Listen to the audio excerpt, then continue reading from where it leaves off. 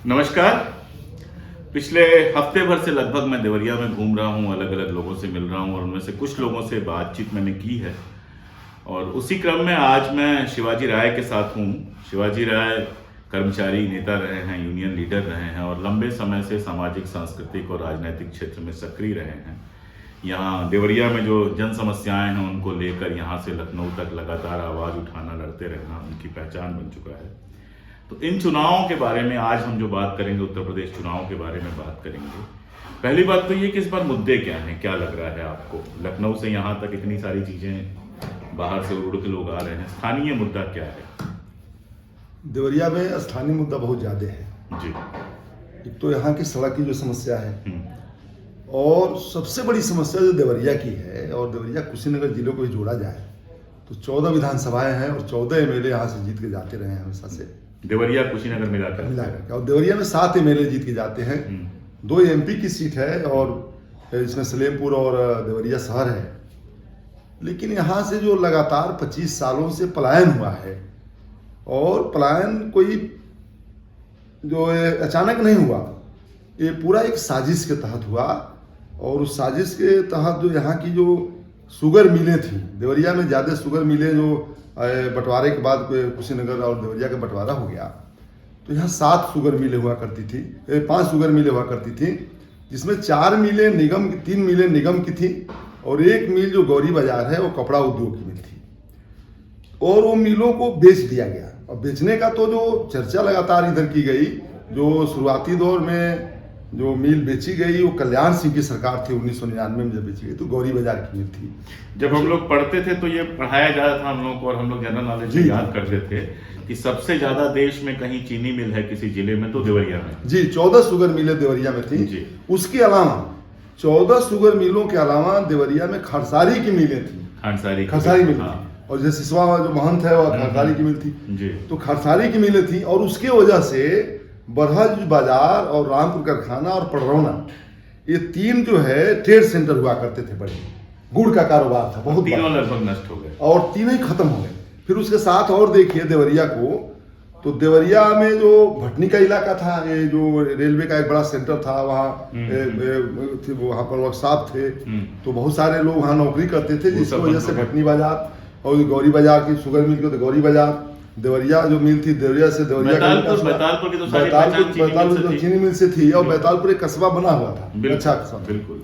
और पडरौना को देखिए तो पडरौना बड़ा ट्रेड सेंटर था, एक तो बड़ी बूढ़ी गंडक के किनारे था, और शुगर मिल के कारण, और जो कुशीनगर जिले में जो मिलें थी, रामकोला में 2 शुगर मिल, कटकुलिया, खड्डा, नौरंगिया, तमाम शुगर मिलें जो थी, उन मिलों को नष्ट किया।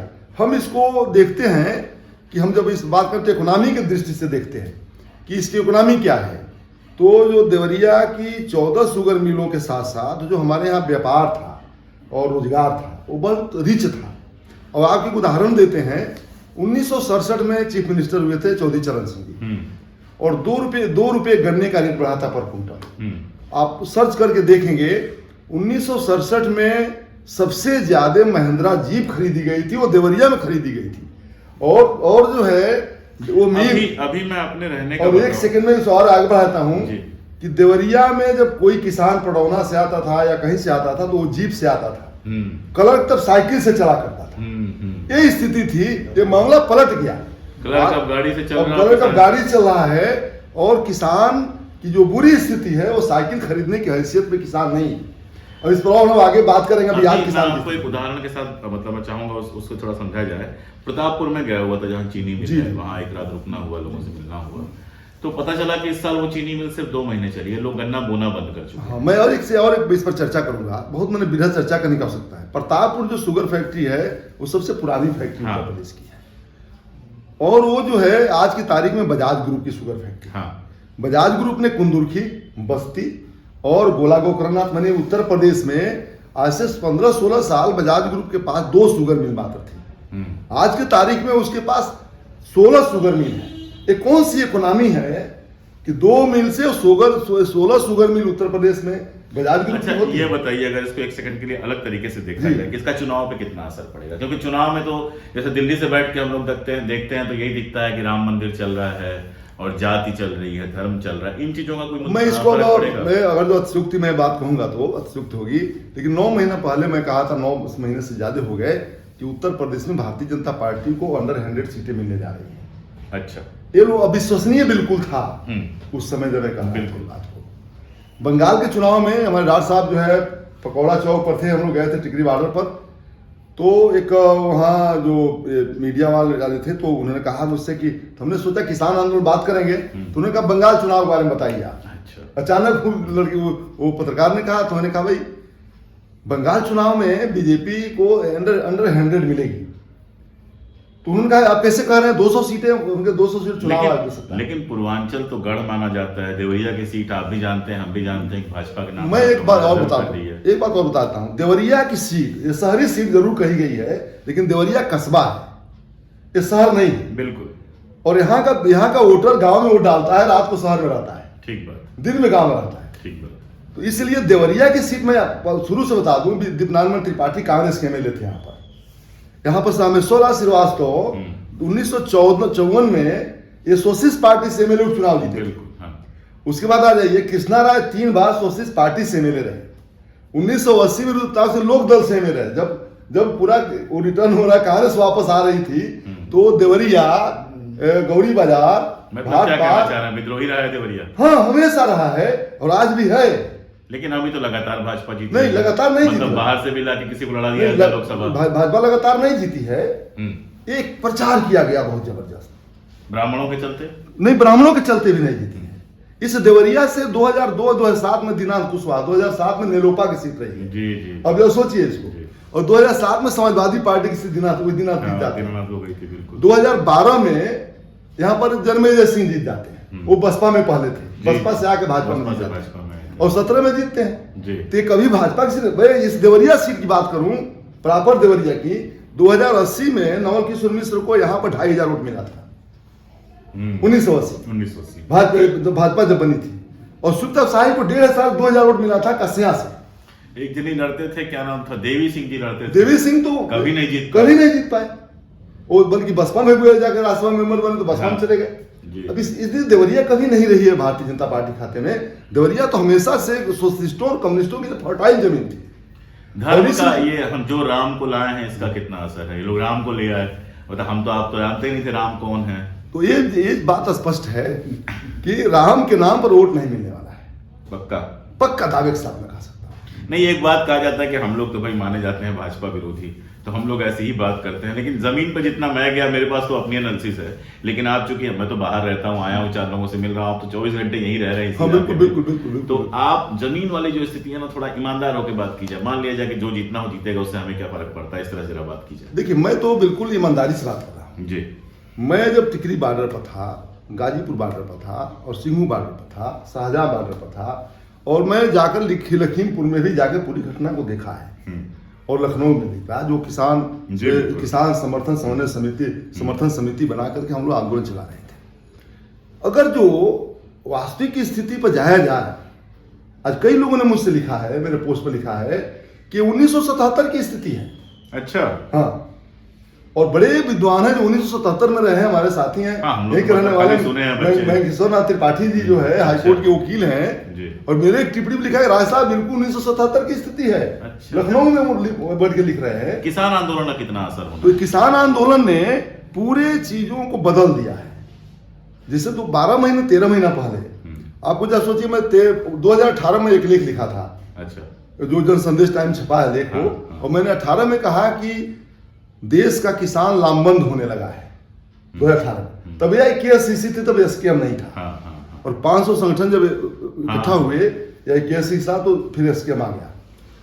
तो ये स्पष्ट था। तो 12 महीना पहले मैं कहा था, उत्तर प्रदेश में किसान MLA और भाजपा के MLA MP को गांव दौड़ाएंगे। ये तो देखा है। तो ये आप आज देख रहे हैं।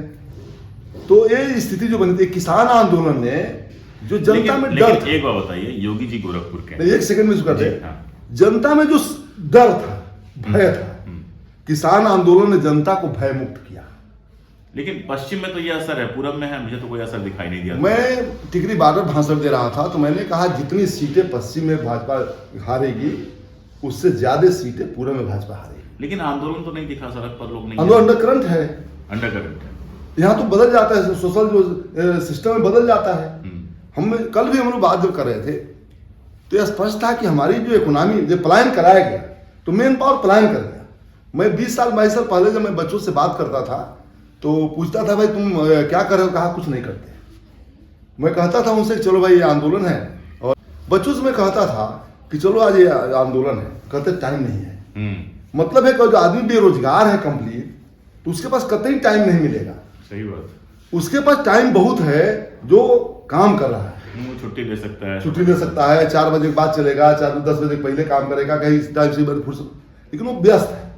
लेकिन उसकी प्रतिक्रिया चुनाव में दिखेगी, आप कह रहे हैं 100% दिखेगी, 100%। अब देख लीजिए 2007 का चुनाव, कोई नहीं कह रहा था कि मायावती जी बहुमत में आएगी, लेकिन ये घटना थी जो लगातार लोग कह रहे थे कि मुलायम सिंह चौराहे पर कि मुलायम सिंह कब जाएंगे, लेकिन बहुमत नहीं आ रहा था। लेकिन 2009 209 सीटें मिली। बिल्कुल। एक घटना और बता रहा हूँ, 2007 की घटना है जब उत्तर प्रदेश में मुलायम सिंह जी ने अमिताभ बच्चन का बड़ा बड़ा फोटो लगवाया था, और उन्होंने कहा कि यूपी में है दम कि यहाँ अपराध है कम। हमारे एक बहुत पुराने सोशलिस्ट नेता थे, उनकी चर्चा जरूरी है, रमाकांत पांडे जी, गोरखपुर के रहने वाले थे, देश के बस्तर के लीडर थे वो। सोशलिस्ट पार्टी जो राजनारायण जीवाली और लोहिया जीवाली थी उसके अध्यक्ष भी रहे हैं। उन्होंने कहा हमसे कि शिवाजी ये तो मुलायमा हार जाएगा। अच्छा, हम मर गए हैं, वो नहीं है, मुलायमा हार जाएगा। तो उनकी भाषा थी, सोशलिस्ट में भाषा दूसरी भाषा में बोला उन्होंने, हार, हमने कैसे हार जाएगा। कल अरे जिस पर चुनाव लोग, इसके मेरे विरोध में लोग चुनाव लड़ रहे हैं, वो उसी चीज को कह रहे हैं कि अपराध है, और उसी को ये अमिताभ बच्चन से प्रचार करवा रहा है, उसी इशू को उठा रहा है, तो जनता को बार बार याद आएगा बड़ा बड़ा फोटो और अपराध है कम। और 209 सीट मायावती पा गई। बिल्कुल, आपने देखा, जबकि उम्मीद नहीं की जा रही तो केवल एक इशू है। मैं जब तो मायावती पे बात आई है, तो मायावती को कैसे देख रहे हैं इस बार, मतलब मायावती जी की बसपा जो मायावती कैसा प्रदर्शन, मायावती जी की बसपा जो है, मायावती जी ने एक बड़ी गलती किया है। क्योंकि आज 1 साल से लगातार ये बात हो रही थी, किसान आंदोलन को मायावती जी ने एक शब्द बोला नहीं था, तो लोगों ने कहा ये भारतीय जनता पार्टी की बी टीम है। लेकिन मायावती जी ने जब बयान दिया दोबारा, अभी 5 7 10 दिन पहले की बात है, कि हम अखिलेश को रोकने के लिए, बसपा सपा को रोकने के लिए बीजेपी के साथ जा सकते हैं, तो बीजेपी, लेकिन वो तो पुराना बयान था, वो तो चलाया गया, लेकिन वो पुराना, लेकिन जनता में गया, बी टीम के नाम पर जनता में गया, और एक बयान तो राज्यसभा चुनाव का, और एक जो वीडियो था जो आया कि इन्होंने 350 सीटों पर इनका जो है समझौता बीजेपी के साथ हुआ, ये चीजें मैसेज एक जनता में गया। लेकिन एक मैसेज हो गया है पहले से भी कि वो बीजेपी की बी टीम है। लेकिन देखिए, मैं भी गया हूँ, कई जगहों पे बात हुई है, दलित तो हाथी पे वोट दे रहे हैं, चाहे कोई भी लड़े, वो जो उनका वोट बैंक है, थोड़ा बहुत हो सकता है 10-5% 20% खिसका हो, लेकिन उसका एक बड़ा हिस्सा आज भी मायावती जी के साथ है। वो तो भी कह रहे थे, और वो सच है। वो मायावती जी के पास वही वोट जाएगा, उस वोट को कोई काउंट नहीं कर रहा है कि मेरे खाते में आएगा, बीजेपी भले ड्रामा कर रही है जी। अच्छा, मैं कह रहा हूँ कि नहीं, बसपा का जो वोट है वो उनके पास, बसपा का जो दलित में भी उनकी जाति का वोट, उसमें अन्य जाति का जो कई जातियां दलितों में हैं, उन जाति का वोट नहीं जा रहा होता, लेकिन उनकी जाति का वोट जाएगा। कि एक भी वोट बावन ठाकुर क्यों नहीं देगा बीजेपी को वोट? तो अभी मैं इसके थोड़ा और आगे जाऊंगा। 2014 में मोदी जी जब चुनाव की भाषण की शुरुआत करते हैं, पहला चुनाव मीटिंग करते हैं कोची में, और जब वो कहते हैं कि ये 10 साल, आज से 10 साल दलितों और पिछड़ों का है, ये बात करते हैं। और उसके बाद आप देखिए कि सारे जो बैकवर्ड क्लास के लोग हैं वो मोदी के साथ जाते हैं। बिल्कुल, कि एक जो है बैकवर्ड क्लास का एक बड़ा बड़ा लीडर जो देश में, और बड़ा सशक्त जो है प्रधानमंत्री बनेगा, तो बैकवर्ड जातियां बहुत मजबूत हो जाएंगी, इसकी वजह से जाते हैं लोग। लेकिन हुआ तो, लेकिन 8 सालों के अंदर इंदिरा जी ने जो 69 में राष्ट्रीयकरण किया, पूंजी का राष्ट्रीयकरण हुआ, एक बड़ा हुआ, रेल और तमाम चीजों पर, बैंकों का खास, और बैंकों का हुआ, बीमा का हुआ, कोल बला का हुआ, पेट्रोलियम का हुआ, गैस का हुआ, एयरलाइंस के तमाम हुए। तो जो राष्ट्रीयकरण हुआ उसमें बहुत तेजी से लोगों को नौकरियां मिली, और उसी में उनको भागीदारी भी मिली, सशक्तिकरण एक तरह का हुआ। लेकिन सब उनकी भागीदारी जो 50% थी, मैंने 22%, लेकिन उसके बाद जो बाकी जो सीटें थी, और जितनी ज्यादा तेजी से राष्ट्रीयकरण हुआ, उतनी तेजी से सबल लोगों को भी नौकरी मिली, सबल लोगों को भी नौकरी मिली। चाहे वो डॉक्टर बने, इंजीनियर बने। इंजीनियर का मतलब सरकारी इंजीनियर होता हाँ, था, बिल्कुल। वो कंपनी में इंजीनियरिंग नहीं होता, चाहे जेई हो, कुछ भी हो होता। हाँ, प्रोफेसर बने किसी यूनिवर्सिटी, किसी डिग्री कॉलेज या इंटर कॉलेज के मास्टर, इन चीजों में होता था। और एक नैसर्गिक बात यह है, और सामाजिक न्याय के जो सवाल पर जो सोशल स्टेटस है वो सरकारी नौकरी है। नहीं, लेकिन आप सीधा जवाब नहीं दे रहे, हम नहीं, मैं सीधे बजा रहा हूँ, मैं सीधे बजा रहा हूँ, वहीं आ रहा हूँ जी। जनता तो अब सोशल स्टेटस जो है, चाहे वो दलित के घर में हो सवाल हो, बैकवर्ड घर में हो, वो चाहे पंडित जी घर में हो या राय साहब के घर में हो, 8 सालों से अगर जो मेरा बच्चा एडमिशन लेना चाहता है कहीं पर, ये वाली बात, और उसे जगह नहीं मिल रही है, तो बच्चा तो फर्स्ट टाइम वोटर्स को जो अपील मोदी ने किया, जो 2014 में जो अपील किया, वो आज की तारीख में वो फर्स्ट टाइम वोटर आउटडेटेड हो गया, बिल्कुल नौकरी काबिल नहीं है। तो एक गुस्सा जो दलित के घर में है, एक गुस्सा जो बैकवर्ड घर में है, वो नौकरी सवर्ण घर में भी नहीं मिली। 15% अगर जो सवर्ण है, लेकिन आपकी अगर इस बात को देखा जाए तो इसका मतलब जाति समीकरण टूट रहे हैं इस बार। टूटेगा, जाति समीकरण टूट रहा है, इसमें तो रह नहीं है। इसीलिए लोगों ने तय किया कि कोई रिस्क नहीं लेना है, हराना है, बीजेपी को हराना है, ये लोगों ने तय किया है। और दूसरी चीज, बहुत सारे छोटे छोटे मुद्दे आए जो मिलके बड़े बन जाते हैं, जैसे आवारा पशुओं का मामला। और अब देखो, अब इसको मैं चीनी का पैसा नहीं मिलने वाला, इसको मैं कई राउंड में कह दूं कि जब योगी कहते हैं कि हमने पैसा, दिल्ली तक पोस्टर लगा, दिल्ली में कभी रहता है, देखिए दिल्ली हर मेट्रो से लेकर के बस स्टैंडों को तमाम लगा हुआ है। कितना 1,45,000 करोड़ मैंने, ये लगता है दिल्ली में चुनाव लड़ रहे हो। बिल्कुल बिल्कुल। जब ये बात दिल्ली में कहते हैं तो उत्तर प्रदेश में 13,000 करोड़ रुपया गन्ने का बकाया होता है प्राइवेट मिलों पर, पंडित जी का भी है, ठाकुर साहब का भी। और मैं एक बात कह दूं कि can purchase of supply act जो 49 का बना हुआ है, कानून के मुताबिक 14 दिन के अंदर भुगतान नहीं होगा तो उन्हें इंटरेस्ट देना है, देना है। लेकिन आज तक कभी बिल्कुल, और अपने घोषणा पत्र में कहा है इन्होंने कि हम जो है इंटरेस्ट देंगे, 14 दिन के अंदर भुगतान करने होते इंटरेस्ट दिलवाएंगे। अब ये सवाल खड़ा नहीं, अभी तो स्थिति ये है कि 6 महीने में अगर भुगतान हो जाए तो किसान बड़ा खुश हो जाता है कि समय से भुगतान हो गया। मैं तो ये बात कह रहा हूँ, किसी देवरिया में वो जो पर्ची जो पॉकेट में मेरे होती थी ना, वो व्यवसायी यहाँ का लालचता था कि मेरे घर सामान, मेरा सामान ले ले, और ये जो है बियर चेक की तरह से था। तो ये बियर चेक की जो पर्ची थी उसका तो खत्म कर दिया, और इसका विनाश कल्याण सिंह ने किया।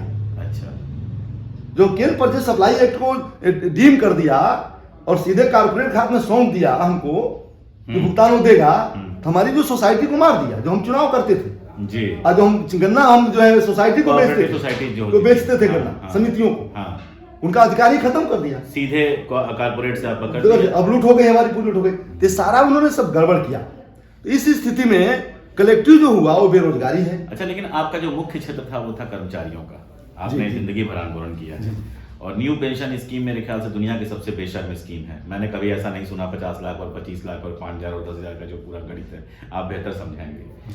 और कर्मचारियों को हमेशा से माना जाता रहा है कि ये भाजपा समर्थक रहे हैं, क्या इस बार कोई चेंज आया है इन सारी चीजों को? वैसे मैं एक बता दूं आपको, कर्मचारियों ने हमेशा कार्य स्कोप करवाया, वो जमाना तो बहुत पुराना है, 32 साल पुराना, 32 साल पुराना। हाँ, इसलिए मैं आज कह रहा हूं इस बात को कि इससे बहुत सारी चीजें जुड़ी हुई है जी। आपने देखा होगा 32 साल पहले ही 89 में जब मंडल कमीशन लागू हुआ तो कमंडल भी चला, बिल्कुल उसी को तोड़ने के लिए दो का समय आया।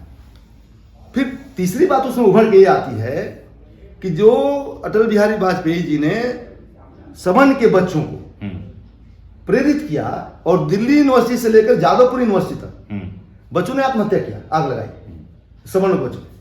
अब एक कंडीशन देखिए, आरक्षण विरोध में वही जो है मंदिर आंदोलन पर ये सारे बैकवर्ड लोग वो मंदिर आंदोलन के लीडर हो जाते हैं, वो सामाजिक न्याय के लोग और धर्म के लोग पूंजीवाद के टूल्स बनते हैं। तो उसमें पढ़ा लिखा जवान भी जाता है, तो उसमें मास्टर साहब भी जाते हैं, उसमें शिक्षक संघ जो जाते हैं, कर्मचारी पर भी जाता है। और उसी का नतीजा हुआ कि आत्मघाती कदम जो था कि आकर के अटल जी की सरकार 99 में बनती है, सरकार बना लेते हैं 13 दिन और 13 महीना और 4.5 साल। पेंशन जो है इन्हीं के वोट से खत्म होता है। हाँ, बिल्कुल पेंशन खत्म होता है, तो आत्मघाती कदम था। और आज न्यू पेंशन स्कीम है, वो तो कुछ है नहीं, आपका पैसा कहां जा रहा है कट करके, वो पैसा नहीं करता था उसमें जो पुरानी पेंशन। बिल्कुल सेंट्रल गवर्नमेंट। और आज की तारीख में उन लोगों को महसूस होने लगा है कि वो जो पेंशन नहीं होता तो उनकी स्थिति क्या होती। क्योंकि पेंशन तो पूरी लड़ाई के बाद मिला हुआ है, बिल्कुल कोई अनुदान नहीं है। एक लंबी लड़ाई के बाद पेंशन मिला, लोगों को बोनस मिला, और खास तौर लोगों को पे सोशल सिक्योरिटी, खासतौर पे हमारे देश या हमारे क्षेत्र में जहाँ सिंगल इनकम वाला मामला ज्यादा है, जी, दोनों नहीं कमा बहुत कम है, तो वहाँ तो पति के साथ अगर कैजुअलिटी हो जाए और पेंशन तो पूरा परिवार पूरा नष्ट हो जाता है, अब पूरी जिंदगी उनको देता है। फिर और अभी देखिए अखिलेश ने कहा कि मैं पुरानी पेंशन लागू करूंगा, बहुत तेजी से जुड़ाव इनके साथ हुआ है। आपको लगता है लागू करेंगे? ये भी पूछ रहा नहीं, मैं कहना चाहता हूं कि अखिलेश के बस में उतना बड़ा नहीं मामला है, क्योंकि पूरा सेंट्रल गवर्नमेंट इस पैसा देती है, पेंशन पूरा सेंट्रल गवर्नमेंट देता है। लेकिन एक चीज पक्ष में आता है कि एक सरकार है जो कहती है कि नहीं लागू होना चाहिए, तो उस सरकार को भी यह चुनाव लड़ना है लोकतंत्र में, तो एक ताकत बन कर दूसरी राज्य सरकारें भी फिर दबाव में आएंगी, तो एक बड़ा तेजी से उस रास्ते पर एक माहौल बन जाएगा, तो एक बड़ा पॉजिटिव होगा। थोड़ा सीट वाइज बात कर लिया जाए। हाँ जी, मैं सीट का नाम लूंगा जिले का, जैसे देवरिया, तो आपको लगता है बीजेपी की कितनी सीटें आ रही हैं? देवरिया में देखिए एक सीट, अलग अलग सीट पर चाहे तो मैं अलग चर्चा कर लेते हैं अपने हिसाब से। देवरिया में एक सीट है जिस पर अखिलेश प्रताप सिंह कांग्रेस के नेता हैं, रुद्रपुर, और मैं रुद्रपुर के इलाके से काफी लोगों से मेरी बात हुई थी, उन्होंने कहा कि उनके पक्ष में समीकरण है, वो सीट जीत सकते हैं, जबकि उनका जातीय समीकरण नहीं है, लेकिन सीट जीत सकते हैं क्योंकि कद बड़ा उनका है और काम किए हुए, मैंने उनका एक पॉजिटिव पक्ष है। अब आ जाइए देवरिया शहर की सीट पर। देवरिया शहर की सीट पर जन्मेजय सिंह के लड़के को टिकट सपा ने दे दिया है, पिंटू सिंह को। भारतीय जनता पार्टी का जो चेहरा आया हुआ अननोन पर्सन है, चलो मड़ी, लेकिन है तो देवरिया का ही नहीं, यहाँ देवरिया नहीं, दूसरे जिले के रहने वाले हैं, मूल रूप से निवासी लोग कहते हैं, जैसे कल लाजू का, लेकिन घर और देवरिया में है। हाँ, तो देवरिया में तो घर बना, हम भी लखनऊ में रहते हैं तो लोग कहते रहते हैं, लेकिन सवाल यह है कि मूल रूप से यहाँ के अननोन चेहरा है, किसी गली कूचे के बारे में कुछ नहीं जानते हैं। अब ये समीकरण बनता है, सामाजिक न्याय के लोग पहले से घोषणा कर चुके हैं सपा के साथ कि हम सपा के साथ जाएंगे। सामाजिक न्याय के लोग ही 2017 में बीजेपी के साथ गए थे। हाँ। और मैं जिस सीट पर चुनाव लड़ रहा था रामपुर कारखाना में, जिस उसमें 2012 में जो भाजपा कैंडिडेट था वो 16,000 या 17,000 वोट पाया था, वो भाजपा कैंडिडेट 62,000 वोट पा जाता है। तो सामाजिक न्याय के लोग गए थे, तो सामाजिक न्याय के लोग बेशक हिंदू बनने नहीं गए थे, वो मोदी जी ने एड्रेस किया था, 10 साल दिखाया था और भरोसा किया था, इसलिए वो लोग उधर गए थे। आज अगर जो वापस आ रहा है, देवरिया लोकल में आपका क्या कैलकुलेशन है? देवरिया जो देवरिया शहर की सीट तो जो अभी जो चुनाव लड़ा है सपा से, वो जन्मेजय सिंह का लड़का रहा है, पिंटू सिंह। और जन्मेजय सिंह मतलब सैंतवार बिरादरी और कुर्मी बिरादरी के लोग तो भाजपा को डालते थे, और सामाजिक न्याय के लोग सपा के साथ जा रहे हैं और सपा ने उसको टिकट दे दिया, तो वो वर्ग उनको वोट क्यों नहीं डालेगा? तो पिछड़ा वर्ग उनके साथ जाएगा टोटल मुस्लिम उनके साथ, और मुस्लिम यहाँ उनके साथ जाए और यादव तो जाना ही जाना है। इस पूरे समीकरण बनते हैं तो समाजवादी पार्टी की सीट को हराना मुश्किल काम है। यहाँ पर रामपुर कारखाना में जो कंडीशन बनी हुई है, 8,000 से हारी थी पिछली बार, तो वही 62,000 गया था। उनका इंटेक्ट है, मैंने वोट जो है उनका बिल्कुल 2017 में इंटेक्ट था जी, कम नहीं हुआ था। तो जो सीट खुदरा वोट गया था, भारतीय जनता पार्टी के जो कैंडिडेट लड़ रहा है वो बैकवर्ड कम्युनिटी का लड़ रहा है, पहली बार लड़ रहा है।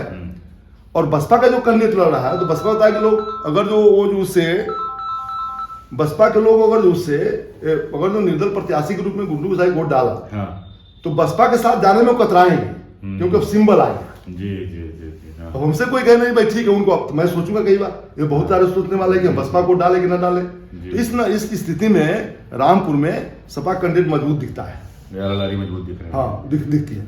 अच्छा, अब पथरदेवा में चले आइए। पथरदेवा में सुल्तान शाही भाजपा कैंडिडेट है जी, बड़े नेता, 3 बार हारे हुए थे, लेकिन बड़े नेता, और प्रदेश अध्यक्ष की हैसियत से हारे हुए थे। मैं ये कहना चाहता हूँ। और इस बार जो बर्मा से त्रिपाठी जी नहीं थे, तो उस समीकरण में जब वो चुनाव जीते थे, 2017 का चुनाव जीते थे, तो ब्रह्मा शंकर तिवारी जी के न होने से ब्राह्मण वोट टोटल भाजपा हो गया था। नो डाउट कि भाजपा में ब्राह्मण जो भाजपा को नहीं वोट डालेगा, मैं जानता हूं अच्छी तरह से, तो हमें सपने में नहीं रहना है। और पूरा जो बैकवर्ड कम्युनिटी, जो सोशल जस्टिस के लोग हैं, वो जो है उनके साथ समाजवादी पार्टी के साथ जा रहे हैं। तो देवरिया कौन सी सीट आप भाजपा को दे रहे हैं? ये तो नहीं, अभी दावे की सरकार से कोई पक्की सीट नहीं फला मिल जाए। सलेमपुर में लड़ाई है ना, लेकिन एक कैंडिडेट में बता रहा हूं आपको, हमारे साथी डॉक्टर सदानंद ओझा जी थे, हम लोग 9:30 बजे जब सलेमपुर में कस्बे में घूम रहे थे गली में, तो 9:30 बजे कपड़े की दुकान खुलवा करके कुशवाहा बिरादरी के लोग वो जो है पियर का गमछा खरीद रहा, खरीद रहे थे। अच्छा। तो पियरका गमछा माने सुहेलदेव पार्टी। हाँ।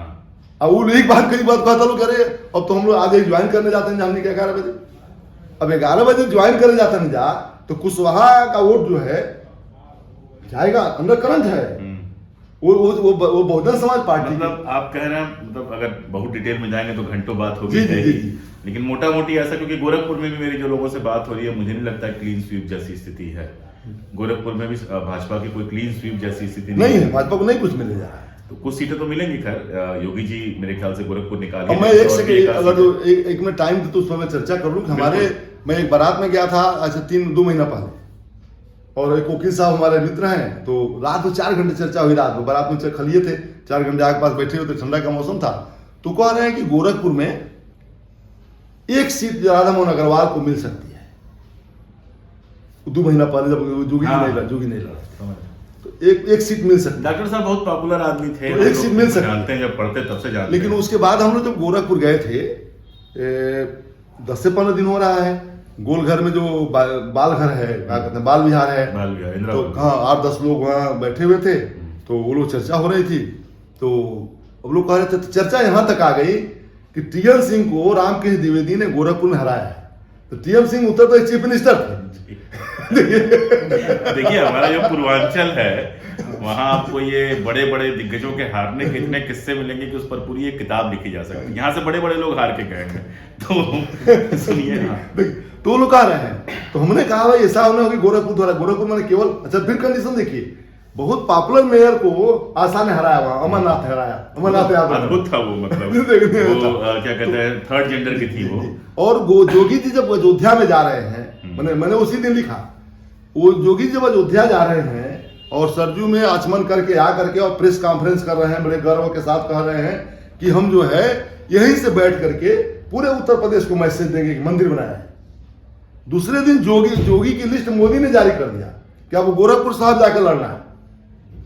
मंदिर मुद्दा तो मैं बताऊं सच में कहीं नहीं दिख रहा है। तो अब जो है, मुझे लगा था कि चारों तरफ मंदिर ही मंदिर हो रहा है। तो अब मोदी जी ने कहा भाई देखो तुम मोदी ना बनो, मैं अगर बड़नगर से आकर के बनारस लड़ा तो तुम यहाँ गोरखपुर से अयोध्या में लड़ने जाओ, तुम मोदी नहीं हो, तुम्हारी औकात है, तुम घर में लड़ो। इतना बड़ा कद नहीं हुआ बड़ा, मतलब हारने का डर था वहां से।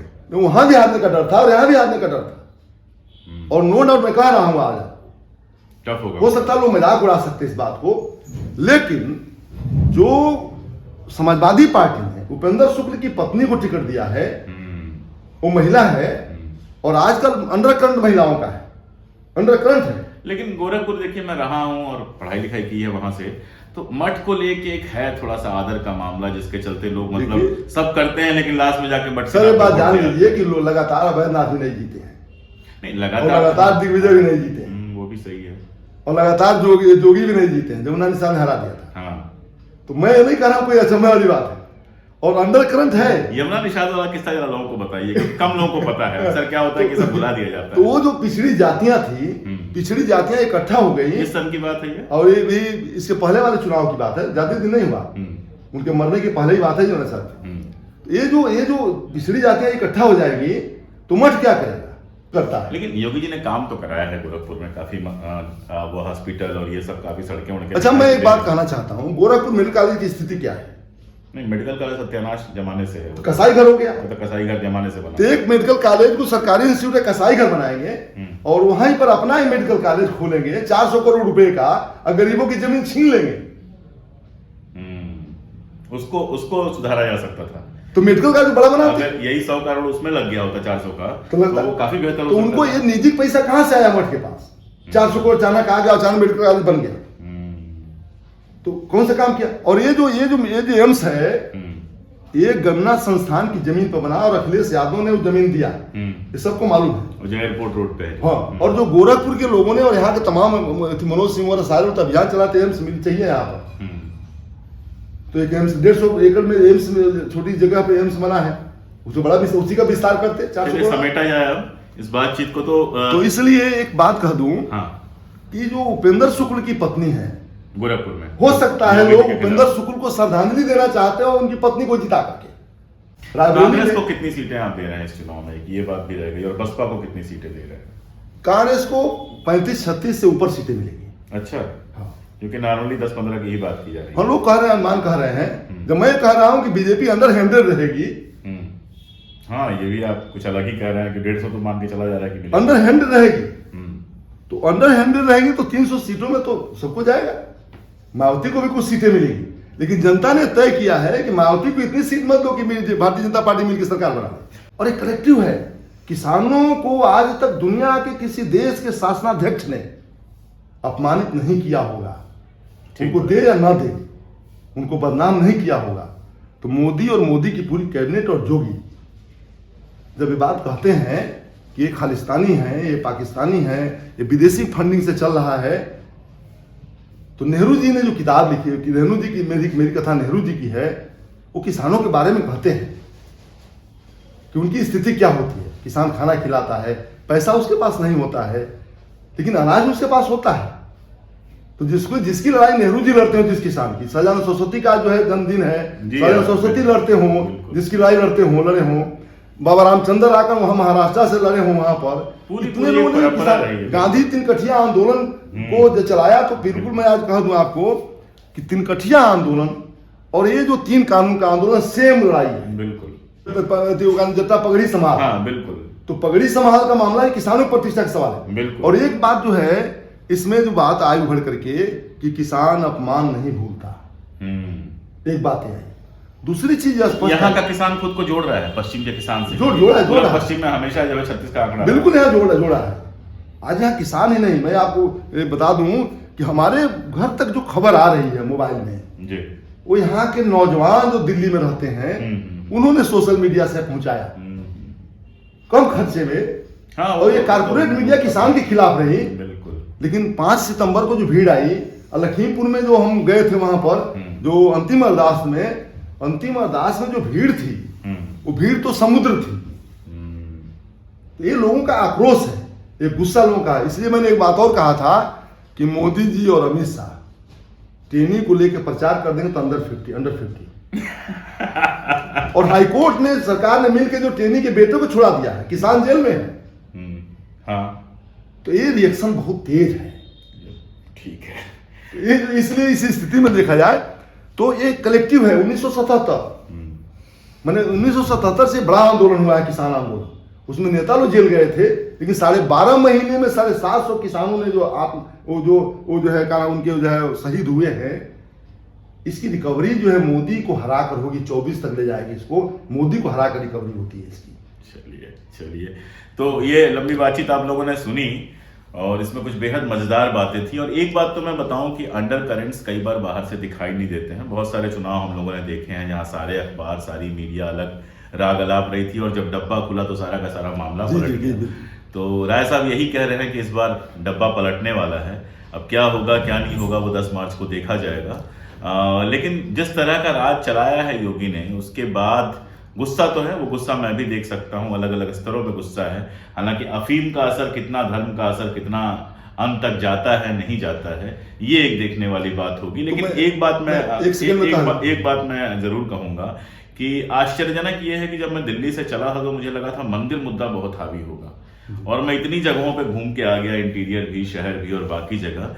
मंदिर मुद्दे पे जो संघी मित्र हैं हमारे, वो भी बात करने को तैयार नहीं है, वो भी उसको कोई खास महत्व दे नहीं रहे हैं। हिजाब वाले आंदोलन का कम से कम अभी ईस्टर्न यूपी में, पूर्वांचल में हमारे हिजाब का कोई प्रभाव नहीं है, क्योंकि हमारे यहाँ हिजाब रहा ही नहीं जाता। कुछ नहीं, हमारे यहाँ उसको लेके कभी कोई दिक्कत रही नहीं है ऐसी।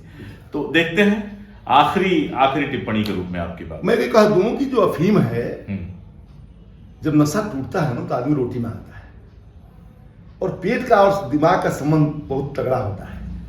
इसलिए इसमें रोटी का सवाल जो खड़ा हुआ है, तो जनता रोटी के भारी पड़े। जनता का अफीम का नशा टूट रहा है, रोटी मांग रही है। देखते हैं कि 10 मार्च को क्या रिजल्ट आता है। चलिए, बहुत शुक्रिया, बहुत धन्यवाद।